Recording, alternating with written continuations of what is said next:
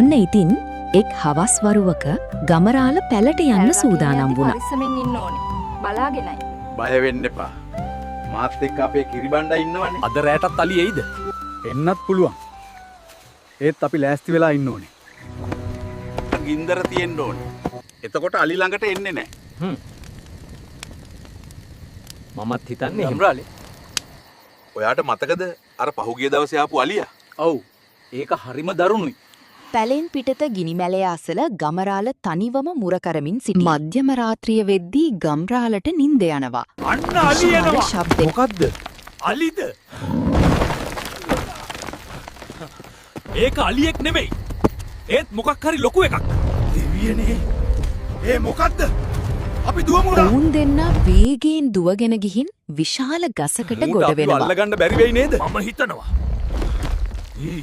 තාම යට ඉන්නවද? ඔන්න ඉතින් පහුවදා මොවුන් ගසෙන් බැස නිවස දෙසට ඔව්. යනවා. ඒක ඇත්ත. අපි බේරුනේ පුදුමෙන්. ඇත්තටම එහෙම සතෙක්.